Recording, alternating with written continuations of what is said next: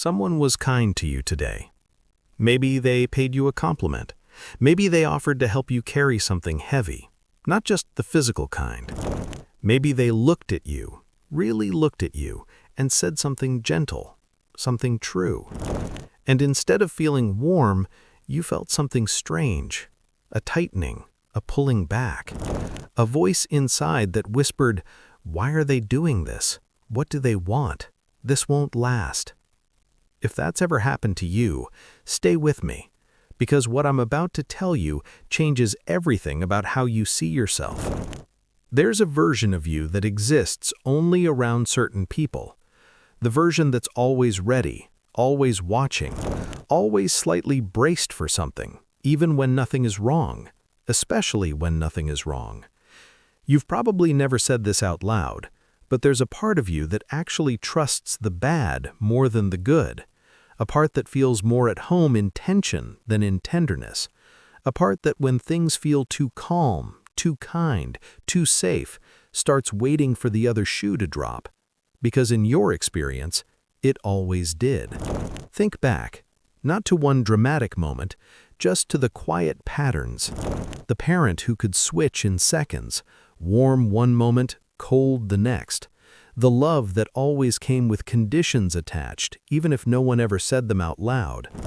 The home where you learned to read the room before you could read a book, where you scanned faces, measured tones, adjusted yourself, constantly, just to stay safe.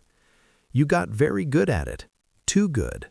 You learned that love wasn't something that just existed, it was something you earned. Something unpredictable, something that could be taken away without warning and without reason. And your nervous system, that incredibly intelligent, incredibly loyal part of you, took notes. Here's what nobody tells you about childhood emotional environments. Your brain doesn't just learn facts, it learns patterns. It learns what is safe. And when you grow up in an environment where kindness was rare, inconsistent, or always followed by something painful, your brain files kindness itself under the category of threat. Not because you're broken, not because you're dramatic, but because your brain is doing exactly what it was designed to do. It's protecting you. It learned very early that when things feel good, danger might be close, that softness is where you got hurt, that letting someone in was where the real pain lived. So now, when someone is genuinely kind to you, when someone looks at you with no agenda, no condition, no catch, something inside you doesn't know what to do with that. It doesn't feel like safety. It feels like the moment before the storm. There's a term for this in psychology. Researchers call it a disorganized attachment response. But forget the term. What it actually feels like is this. You want connection desperately, and you're terrified of it completely, at the same time, in the same chest. You crave someone who stays, and the moment someone starts to stay, something in you pushes them away, finds the flaw, creates the distance, sabotages the good thing before it can become the next painful thing. And then you sit alone wondering why you always end up here, wondering why you can never just let someone love you. But here's what I need you to understand. That push, that flinch, that pulling away from kindness was never weakness. That was armor. Armor you built when you were young and vulnerable and had no other choice. The problem isn't that you built it. The problem is that you're still wearing it. In rooms where it no longer protects you, with people who never deserved to be kept out.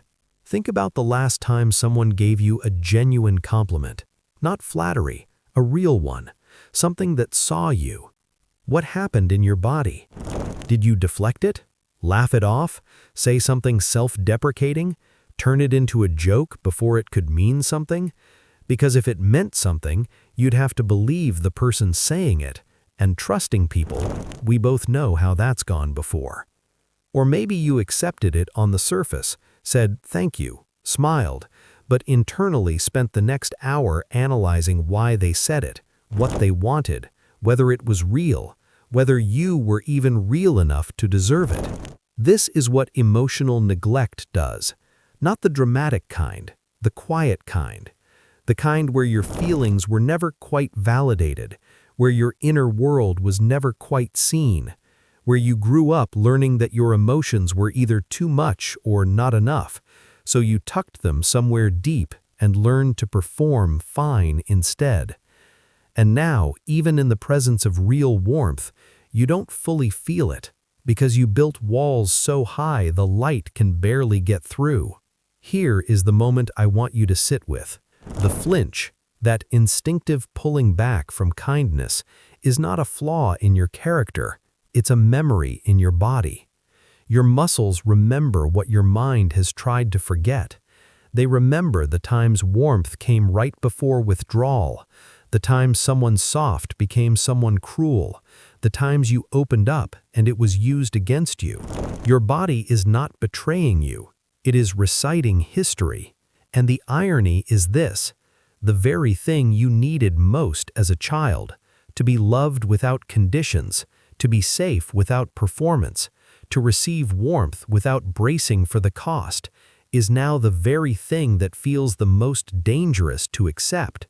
You adapted so well to a world that wasn't safe enough for you, that you now struggle to exist in one that is. But here's the part that matters most, and I need you to really hear this. You can unlearn it. Not overnight, not by simply deciding to trust people. The nervous system doesn't respond to decisions, it responds to repeated experience, to evidence gathered slowly, carefully over time. It starts with noticing, just noticing. The next time someone is kind to you and something in you tightens, don't run from it, don't analyze it to death. Just notice it, name it, say to yourself quietly, this is old, this fear is old, this moment is new. That gap between the flinch and the reaction, that tiny space, is where healing lives. You don't have to be fixed to be worthy of kindness. You don't have to have it all figured out to let someone in. You don't have to stop flinching completely before you deserve warmth. You just have to keep showing up, gently, to yourself first. The child in you who learned that love was dangerous, that child was right for that world. That child survived something real, something that left marks. But you are not in that world anymore. And the people who are truly for you, they are not that parent. They are not that person who taught you that care has a cost. They are something your younger self never got to experience enough of. They are safe. And you, slowly, in your own time, at your own pace, are allowed to believe that. You are allowed to receive kindness without waiting for it to end. You are allowed to be loved without flinching. You always were.